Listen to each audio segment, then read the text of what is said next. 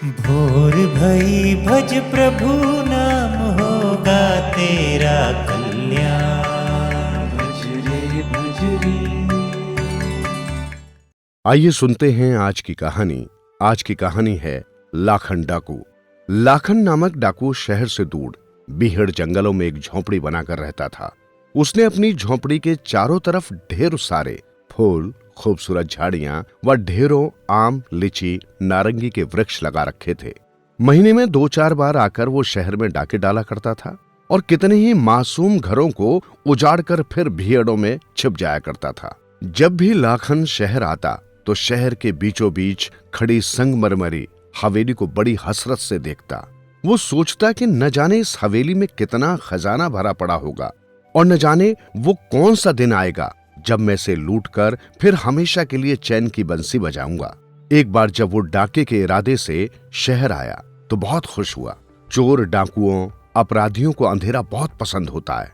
आज भी घना अंधेरा छाया हुआ था। घने काले बादल आसमान में गरज रहे थे। चांद तारे न जाने कहां सिमट गए थे। रात की निर्वता गहरी हो गई थी। लाखन को लगा कि आज की रात मुरादों की रात बनकर आई है। आज तो मैं इस हवेली को लूटकर हमेशा के लिए डाकों से तौबा कर लूंगा। बूढ़ा भी हो गया हूं, अब जिंदगी में चैन चाहता हूं। पौष मास की सर्द हवाएं शरीर को ठंड से जमा रही थी। गहरा सन्नाटा था, मगर लाखन के माथे पर पसीने की बूंदें छलक रही थी। मन में अपराधी भाव थे, साथ ही सतरंगी सपने भी। वो सधे कदमों से हवेली की ओर बढ़ा और दीवारों से छज्जों के सहारे छत पर चढ़ा और फिर एक मजबूत रस्सी के सहारे दुछत्ती पर घर के आंगन में उतर गया। हवेली के मुख्य द्वार पर चौकीदार गहरी नींद में कंबल ओढ़े सो रहा था। उसकी रही सही चिंता भी दूर हो गई। आंगन में हल्की पीली बीमार रोशनी जल रही थी। आंगन के बीचों बीच फवारा था, जहां संगमरमर की बनी एक खूबसूरत औरत घड़ा लिए पानी उड़ेल रही थी। चारों तरफ बरामदे व कमरे ही कमरे थे। तभी निराशा की रेखाएं उसके चेहरे पर आने लगी। उसे लगा कि उसके सारे मंसूबों पर आज पानी फिर जाएगा। उसका सपनों से बनाया संसार आज उजड़ जाएगा। कारण एक कमरे से तेज रोशनी छनकर किवाड़ों की दराजों में से बाहर आ रही थी। उसके पांव ठिठक गए और शरीर शिथिल पड़ने लगा। आंखें भीतरी कक्ष में हो रही घटना जानने को उत्सुक थी। लाखन दबे पांव कमरे की ओर बढ़ा। उसने की हॉल में अपनी नजरें गड़ा दी।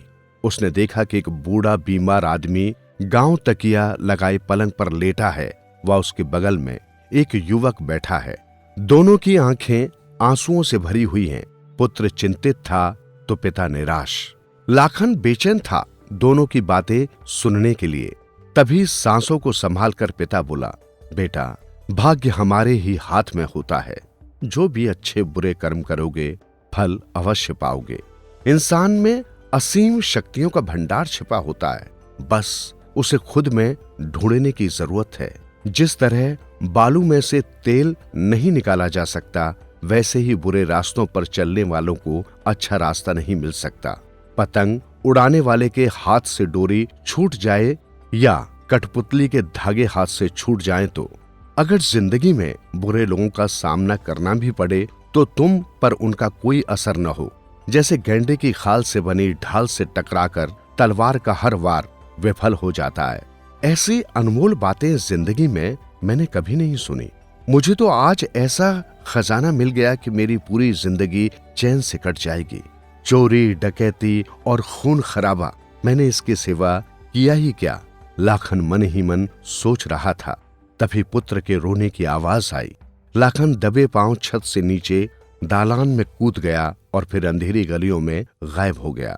आज उसे ऐसा रास्ता मिल गया था जहां सिर्फ रोशनी होती है, चैन होता है और अच्छाई होती है।